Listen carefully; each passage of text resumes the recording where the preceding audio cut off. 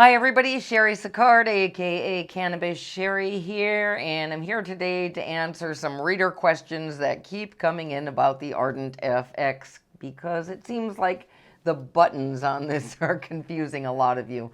I'm not sure exactly why. I think it's pretty easy, but enough people have written about this that I thought I'd do a follow-up video to my review of the Ardent FX, and there'll be a link to that in the comments below. Now, there is more functionality on the FX than Ardent's original product, the Nova, and that was simple because you just put in your cannabis and you hit the button, and when it went from red to green, your cannabis was decarboxylated. Same if you wanted to make marijuana butter or oil in it, it was just one button, you hit it, it was off, it was on when it was finished, so that was simple. The FX, which is Ardent's newer gadget, has more functionality. And I will agree the buttons probably could have been better labeled with THC and CBD instead of A1 and A2 on it. But I suspect they did that because of problems they might have had shipping the product, especially internationally or to places where cannabis isn't always legal. So I think that probably, I'm just guessing, is why they kept it more generic. But the buttons really on this gadget are very easy. There's not a lot of them.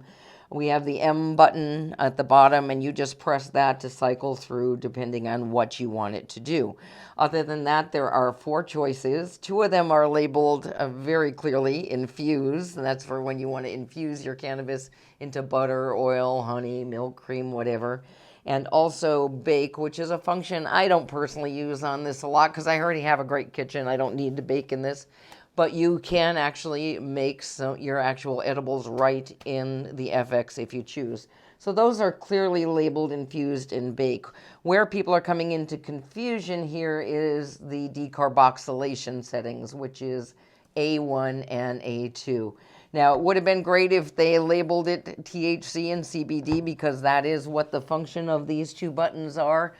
But all you need to do, here's a little mnemonic to remember. A1 is for THC, the #1 most popular cannabinoid that most people are looking to activate when they are cooking with cannabis.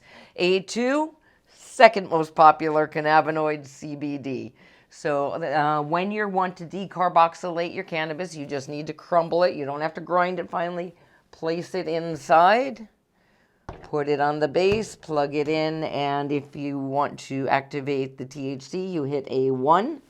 If you're activating a pure CBD strain or a pure CBD concentrate, because it also decarbs concentrates, then you would hit the A2 button, which is for CBD.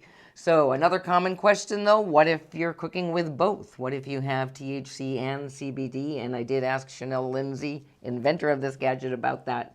If there is any significant amount of THC at all, you're going to want to use that A1 setting. It will also decarb the CBD along with it, but that's the best setting for both.